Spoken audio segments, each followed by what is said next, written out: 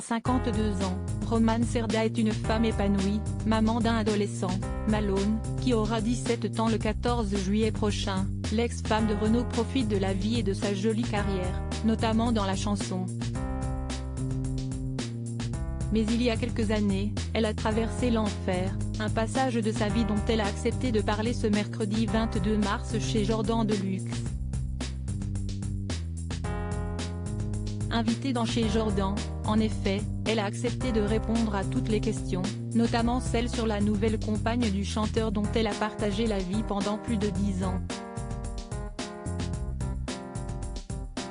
Mais aussi sur un ex-compagnon, juste après Renaud, qui lui a tapé dessus, selon le présentateur.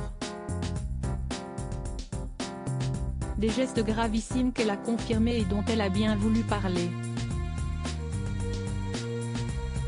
Ce qui n'arrive pas souvent, je le dis mais ça reste difficile hein, si est-il au bout d'un long. Je n'avais pas envie de faire pitié non plus, s'est-elle justifiée, avant que son interlocuteur ne remette les choses à leur place. La violence n'était pas sa faute, elle n'était qu'une victime. Mais au moment où celui-ci a évoqué la peine dont l'homme a écopé, elle a craqué et s'est mise à pleurer. En fait, si est-il des trucs que l'on n'oublie pas, a-t-elle expliqué, des larmes coulant sur les joues. Avant de tenter de reprendre ses esprits, j'ai pas envie de chialer, moi, ça m'énerve. Et d'expliquer ce qu'elle conseillerait à toutes les femmes dans la même situation, au premier signe, il faut partir, parce que ça ne va qu'un s'empirant. J'aurais dû prendre conscience. La violence psychologique, un regret difficile, surtout qu'elle sait qu'elle a été sous emprise, ça arrive une fois, tu prends conscience que ça ne doit pas arriver, jamais. Après, il y a aussi la violence psychologique.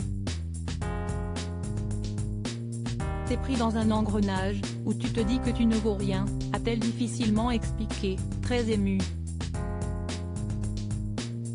La jeune femme a ensuite confirmé que son agresseur n'avait pris qu'une peine de 2000 €, un montant risible, ridicule pour des actes dont on ne guérit jamais. Elle a en effet raconté que des choses étaient détruites chez elle. Il y a un travail, tu tombes sur des gens qui sont plus ou moins pervers, narcissiques,